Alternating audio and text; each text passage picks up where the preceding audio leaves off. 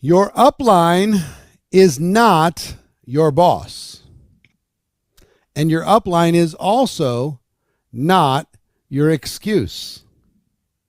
Let me explain what I mean. When you get involved in our business, there's one benefit that sometimes shows up in our business is there is some form of upline support in order to be able to help you get started, in order to be able to give you a helping hand.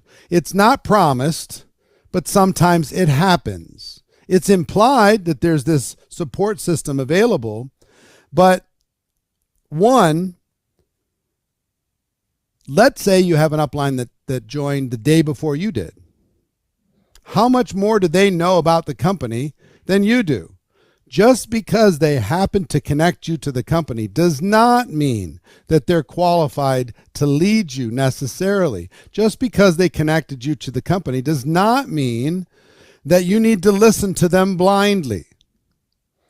Okay? People look into your upline to see what you can find as far as quality, mentorship, leadership, somebody who has a little bit more experience, and use what you can. Here's what I'm going to tell you. Just like with your parents, use what you can get in the positive from your parents and discard the negative that you don't want to take forward from your parents. Isn't that good advice? Wouldn't you hope your kids do that with you? Use the positive that you bring them, discard the negative. Same thing's true with an upline. They're not your boss. And your downline is not your employee. You're there to provide suggestions, support, guidance, assistance, experience, advice, if asked for. So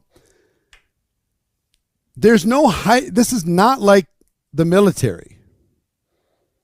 Like, oh, I can't go beyond my personal sponsor to go get some advice because I'm going against the chain of command.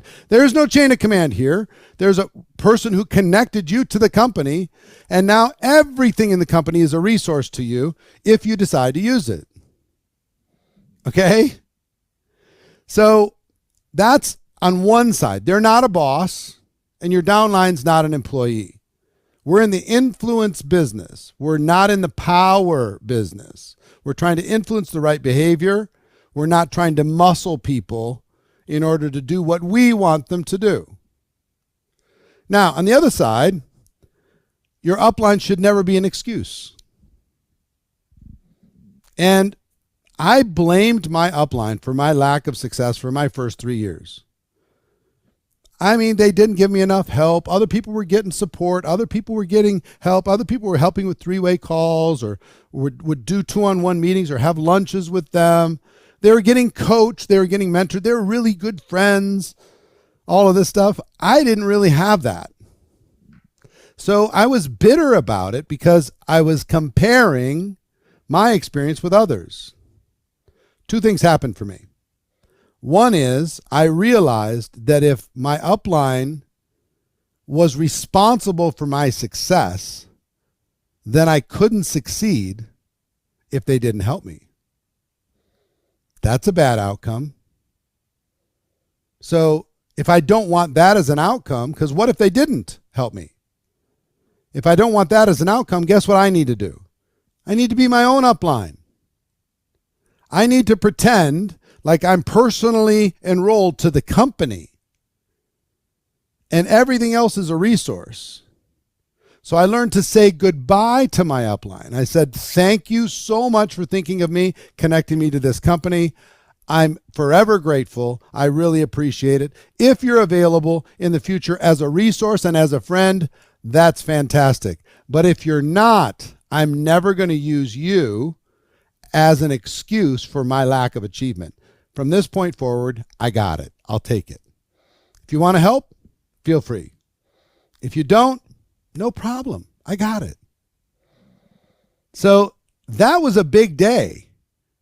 The day that I said goodbye to my upline as an excuse, not as a friend, but as an excuse. Okay? Really a big deal. One thing that I found out in our business, which is very strange, and ask around the top earners, how much upline support did they get? And you know what you're going to find out? From most of them, not much. Not much. And you know why that is? If you have an upline that supports you like crazy, is there for you, moves in with you, helps you, does all the presentations for you, takes care of all your problems, makes life easy. If that's the case, then you don't have to become much. They'll take care of it. And if you don't become much over a long enough period of time, you won't earn much, no matter how much they help. But when you don't have an upline that's amazing, spectacular, guess what? You're forced to become a better version of yourself, which gives you the future that you're looking for in the first place. So if you don't have an upline to speak of, be grateful. If you do have an upline that's amazing, don't let them do too much. Be a friend, be a resource, but don't use them as a crutch so you stay lazy in the things that you need to develop. Your upline is not your boss. Your downline is not your employee. Your upline is not your excuse for lack of achievement or a reason for your success. Same thing with your downline. If you want to get better, if you want things to get better, you've got to get better. If you want things to improve, you need to improve. And sometimes a bad upline or a substandard upline will cause you to improve faster than an amazing one. Now, if you have an amazing one, hey, count them as a friend, count them as a resource, but don't you get lazy with all the support that they're giving you. Work to become independent, where it becomes a friendship, an occasional resource, but never an excuse. That's our lesson for today. I'll see you tomorrow.